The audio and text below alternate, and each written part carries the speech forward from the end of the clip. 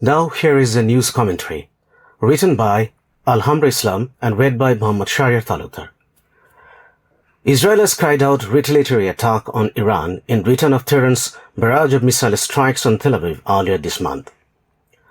The Israeli airstrike on Saturday, what is described as precise and targeted, is the latest in the series of exchanges between the two countries for months. The attack lasted over a 3-hour period in several waves, sparking fears of an all-out regional war. Iran in its reaction said it is entitled and obligated to defend itself and described the attack as a violation of international law. The latest Israeli attack on Tehran is in continuation of the escalating hostility between the two giant Middle Eastern countries, Israel and Iran.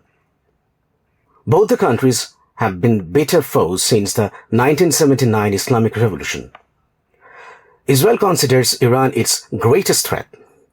Iran ran a range of groups across the Middle East, often described as proxy groups, who are also at war with a jihadist country, including Hamas and Hezbollah.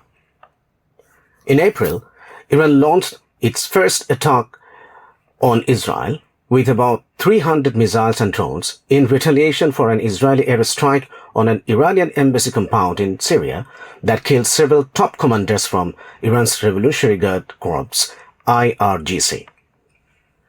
Israel responded with a limited strike on a missile defense system in the Iranian region of Isfahan. Later in July, Israel killed a top Hezbollah commander in an airstrike in Beirut. The next day, Hamas political leader Ismail Haniyeh was killed in an explosion in Tehran. For all the attack, Iran did not respond with any retaliatory attack, albeit Iran blamed Israel, with Israel abstained from making any comment. But Iran's patience was hit when in late September, Israel assassinated Hezbollah leader Hassan Nasrallah and Brigadier General Abbas Nilfarousen, a high-ranking Iranian official in Beirut. Iran responded strongly on October 1st, launching 200 ballistic missiles at Israel.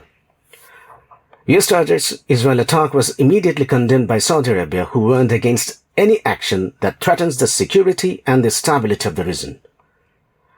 Egypt echoed those concerns, saying it was gravely concerned by the strikes. Hamas described them as a flagrant violation of Iranian sovereignty, while the UK said Israel had the right to defend itself, but it urged all sides to show restraint and called for Iran not to respond. The latest Israeli attack was very unfortunate. War cannot be the ultimate solution of any hostility.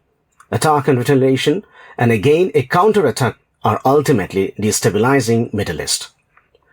The region is the major source of fuel, which is the driving power of world economy. After the October 1st Iranian missile attack on Israel, the whole world was anxiously waiting how Israel will respond, because the attack was a big blow to them, and they were exploring all possible ways to go for retaliation. But the extent of attack avoiding a strike on Iranian's oil and nuclear sites indicates, at least for now, both countries are trying to avoid a more serious escalation. It's never too late for peace. Iran and Israel, both parties need to show restraint and invest in diplomacy. Only a political solution can deliver the peace with a ceasefire negotiation in Gaza, for which the region is heating up. Undoubtedly, the US's unconditional support of Israel and lukewarm efforts to broker a ceasefire have given Israel carte blanche to continue its genocide in Gaza. The double standard of US and many of its Western allies are to be blamed for Israel's arrogance.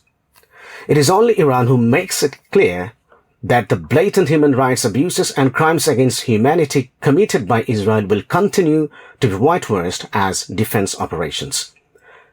So it is arguably true that only a political solution can deliver the peace that the world desperately needs, because war will bear no fruit at all. That's the end of the news commentary.